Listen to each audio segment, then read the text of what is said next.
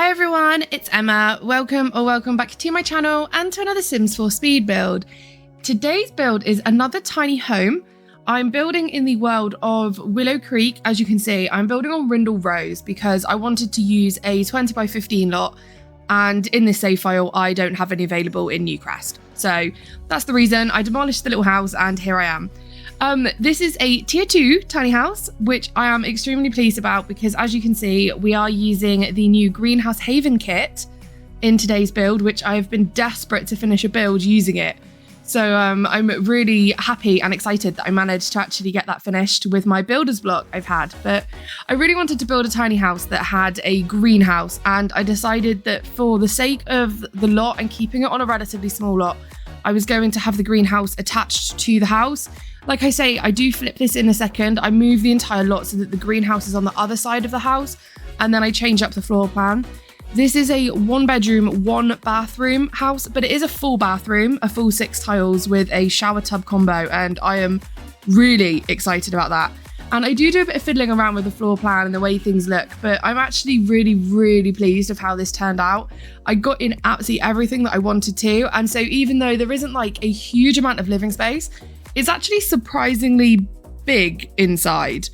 And I maybe could have fit 2 really tiny bedrooms, and I think if I didn't have the greenhouse, obviously I think it's a 4x3 room, that would have been perfect to have it as a second bedroom. So it's kind of like, for me, now I know that I can fit 2 bedrooms in a tier 2 tiny house. I want to see if I can push that a little bit more.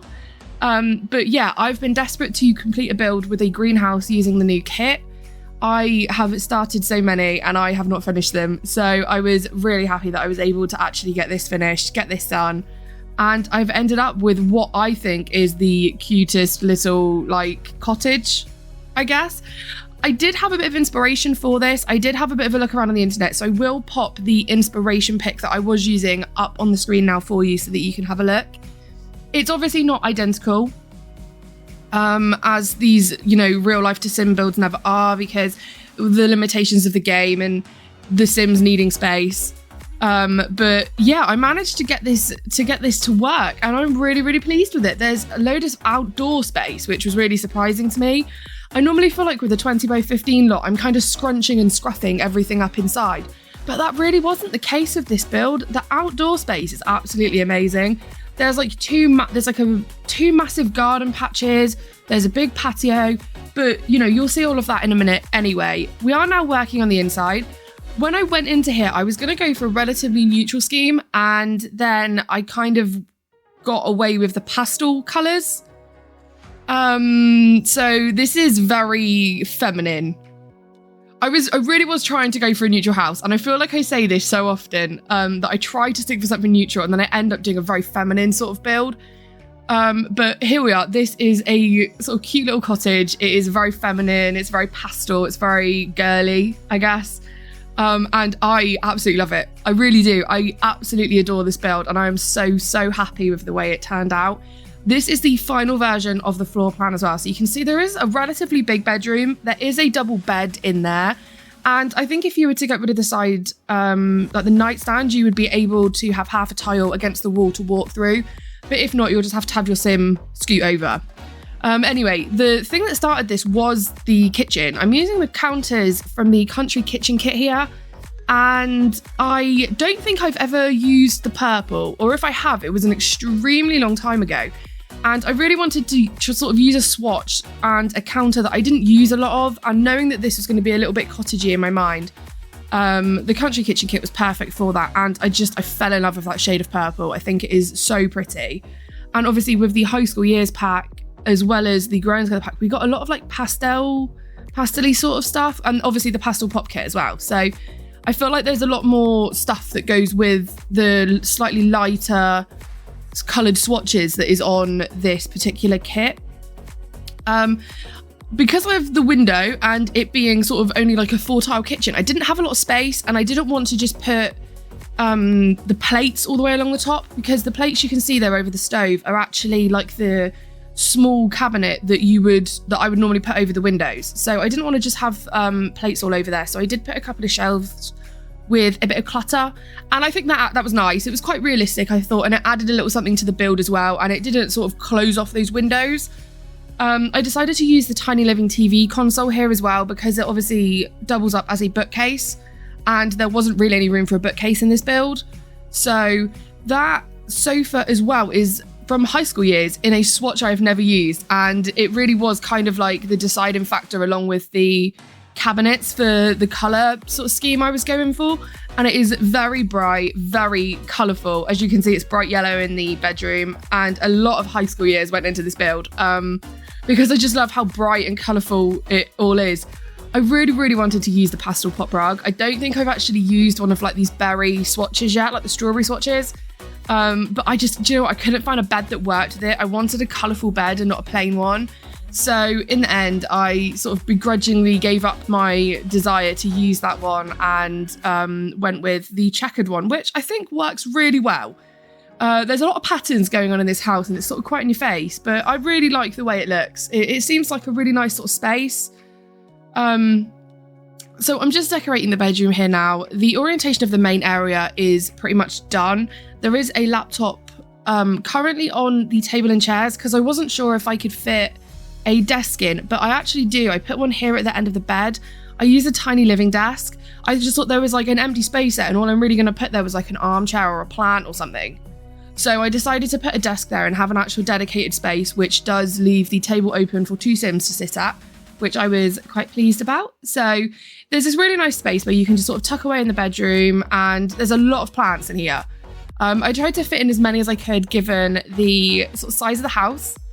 But I think this for me was mostly an exercise in, can I build this really functional like tier 2 house? Because for whatever reason, most of my tiny houses always end up being tier 3. I just end up going a bit too far with it. So for this, I was absolutely adamant I was going to stick to tier 2. And I think my next one, I might try to do a tier 1 and see if I can make that work. I'm also obsessed with the new slots we had in the latest update as well. Well, not the latest update. That was the one that came at the point of filming this voiceover last night, which gave us back the loose tooth animation that was glitched and bugged out before. So I'm very excited about that because I can finally play with it.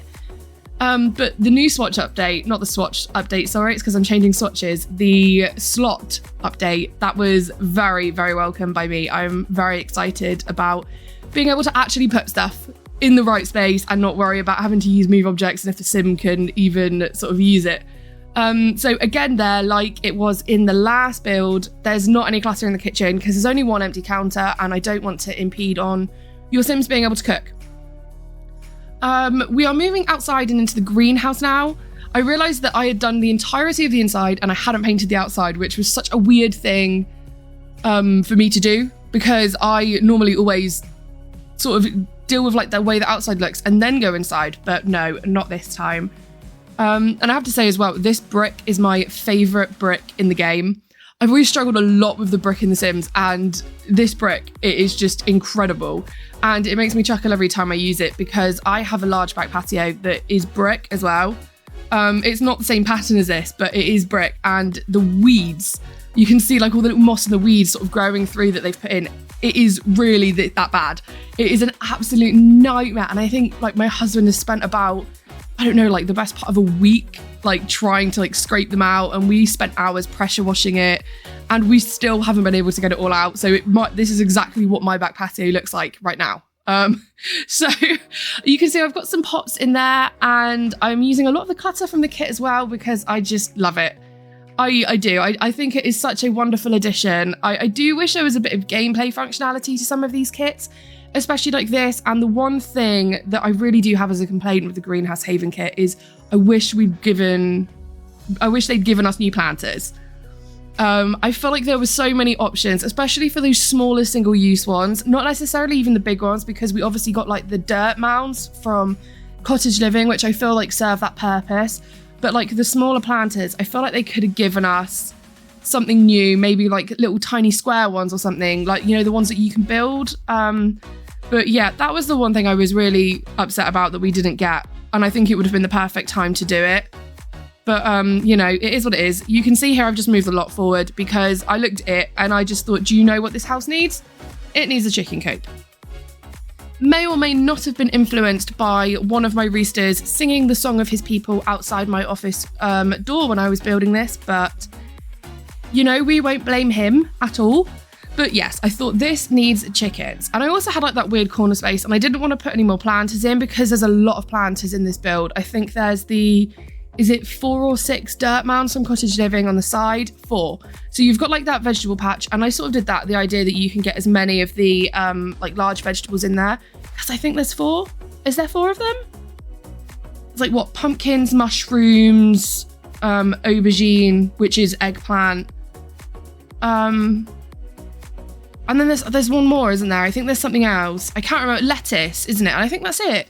So there's this really nice space here. I decided to get rid of one of the planters to do the path for the terrain paint.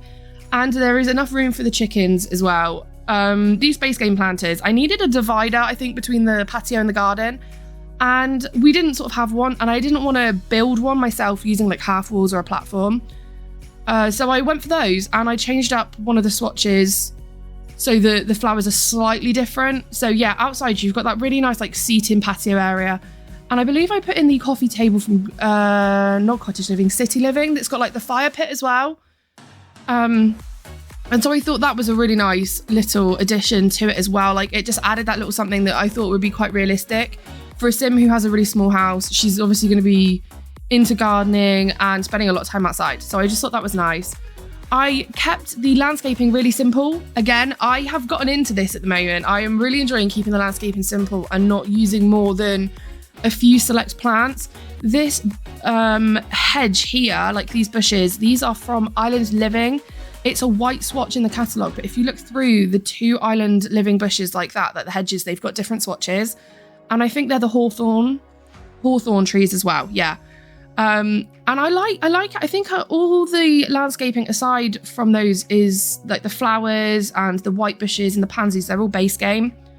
And the side flowers, I think are from Jungle Adventure here. Is it Bougainvillea I'm putting in?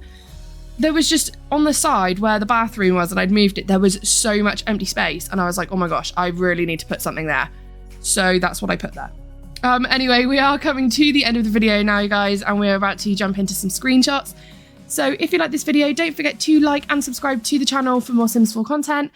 And thank you so much for watching, and wherever you are, have a wonderful day, and I will see you in the next one. Bye everyone.